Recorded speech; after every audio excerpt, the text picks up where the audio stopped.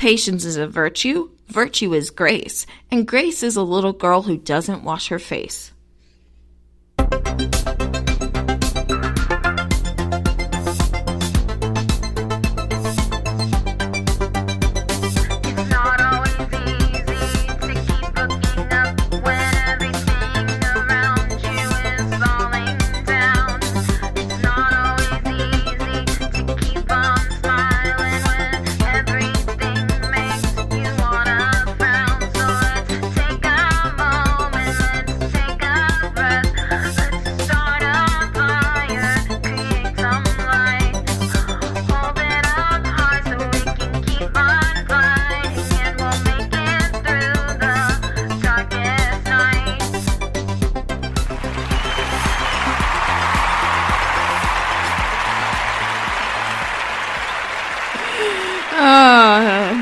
Oops, I hit that button a little bit too early, but that's okay.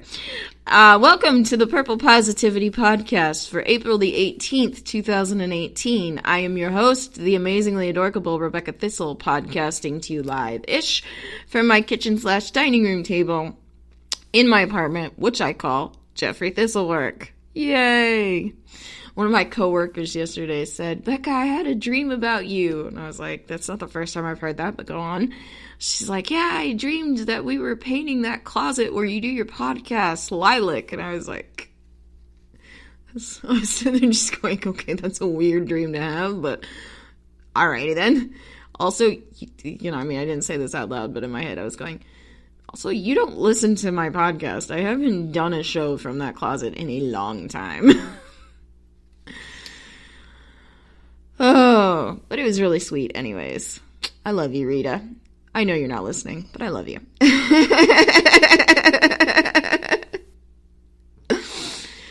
Anyways, so obviously today's show is about patience.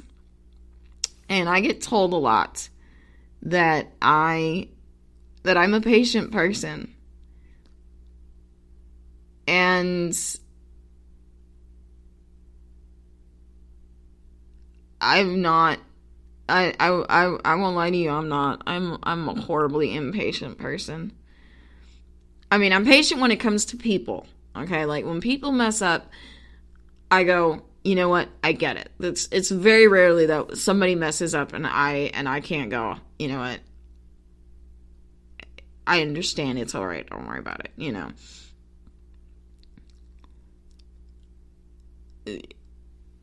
I'm extremely patient when it comes to human error because, and maybe it's not patient is the word for that. I'm forgiving because I get it. Shit happens, and it's not always in your control. And even when it's in your control, you don't always realize it's in your control. And I can forgive ignorance. Stupidity, a little harder to forgive, but, hey, I do stupid things all the time. And so when it comes to people, I'm very forgiving and I'm very patient. And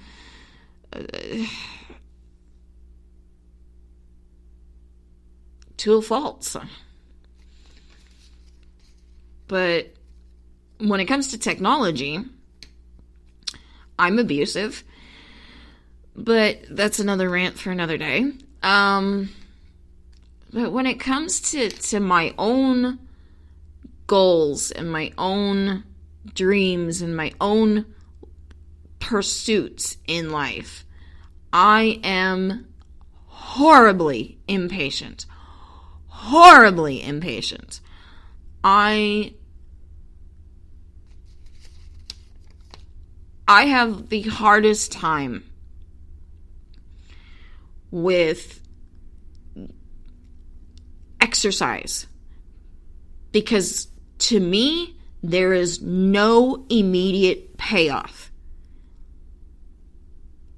none whatsoever. And I mean immediate. Like you go to a gym and you work out for an hour or two if you're insane, but you go to a gym and you work out for a certain amount of time. You expect to come out, tired and sweaty and maybe a little bit sore, but, at least feeling good. I don't even feel good. I don't expect to go to a gym and work out for an hour or whatever and drop 20 pounds. Like, I get it. That's not how it works. That's not my expectation. My expectation is, well, fuck, I should at least walk out feeling good about myself, and I don't. I never do. And so it's really hard for me to motivate myself to keep going back if, one, I don't feel good when I come back or when I come out, when I finish the workout, and two, the next day I feel even worse. And I know what, people say, oh, no, power through it, it's fine, it gets better, blah, blah, blah, blah, blah. But it's really, really hard for me to motivate myself to do it when there is no immediate reward of any kind. I'm like, Pavlov would have a heyday with me. You're welcome, nerds. But I'm horribly impatient. And, and so I don't want to, like I said on Monday's show, when I say a lot of the things that I say, both on this show and in real life, I say them to myself just as much as I say them to anybody else. I'm not trying to preach. I'm sharing ideas that come into my head, experiences that I've had, and things that I say that help me power through the hard times. Or as my grandmother would say, the hard times. So, prime example here. My, all caps, someone has been working really hard and doing his best to achieve something in his life, in his immediate life right now. And I don't feel at liberty to disclose the specifics of that because that's his story to tell, not mine.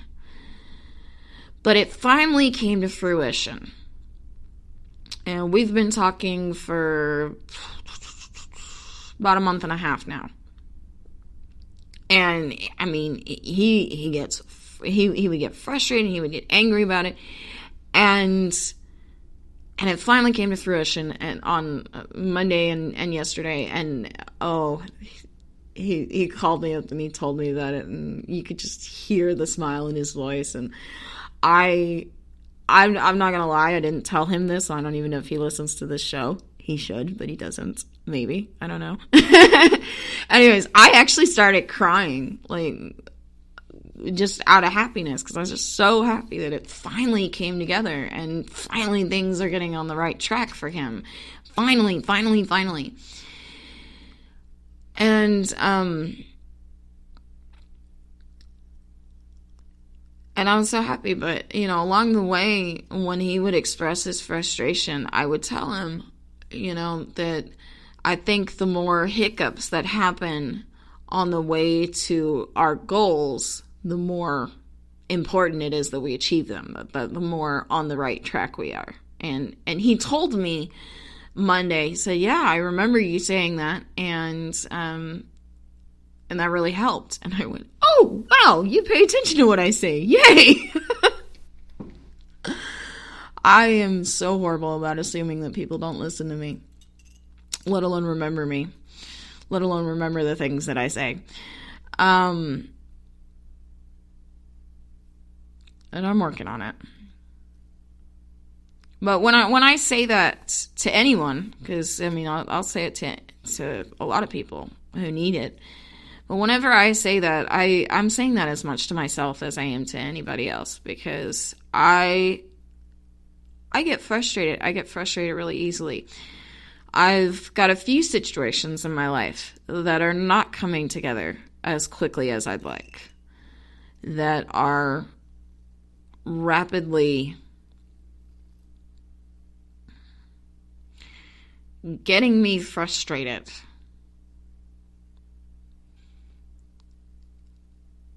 And making me want to just throw my hands up and walk away and just give up. And so when I say, when I told my all caps someone about the speed bumps and stuff like that. I was saying it as much to him as I was to myself,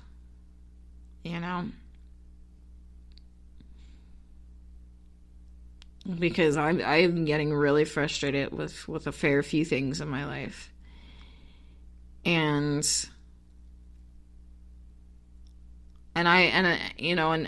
when things don't come together, I seriously question, like, am I doing the right thing? Am I doing the right thing? Am I on the right track? Is this where I'm supposed to be going? Is this how things are supposed to work out? And I think the answer is yes. I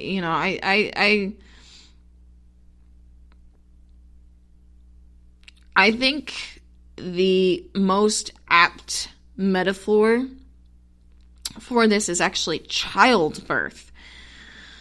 That, when you're in labor, if you've ever been in labor, when you're in labor, the most painful part of your pregnancy is being in labor. And that's the most painful thing. And sometimes you're in labor for a really long time, and oh my gosh.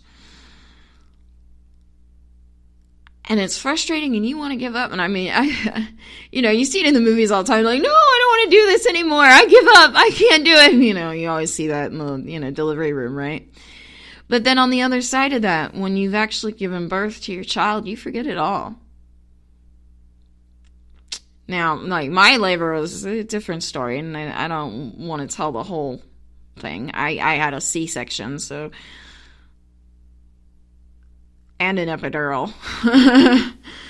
So I didn't really feel a lot of labor pains, let alone, natural childbirth. But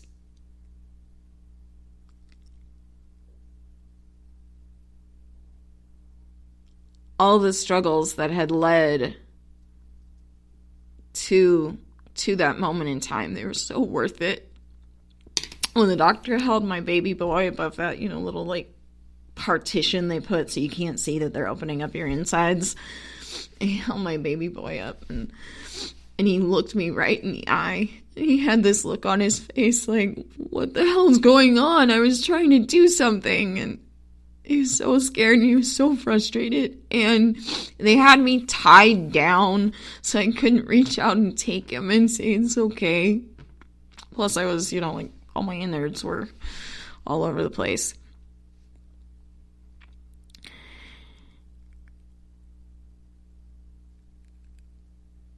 And I forgot how I'd forgotten all the morning sickness. I'd forgotten how he liked to play soccer with my bladder and my stomach once he, got into the birthing position. I forgot everything. Forgotten the bloating and the intestinal, like, you forget all the problems that came with being pregnant when you get to see your baby.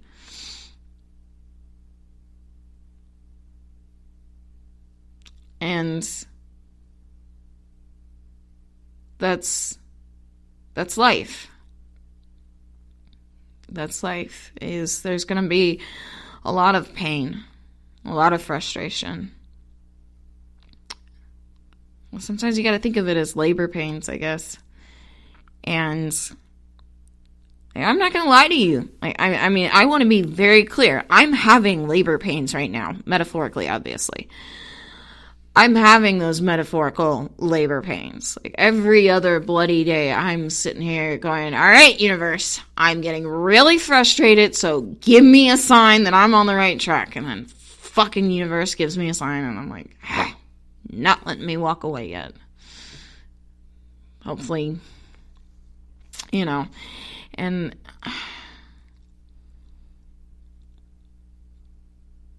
it's so hard. It's so hard.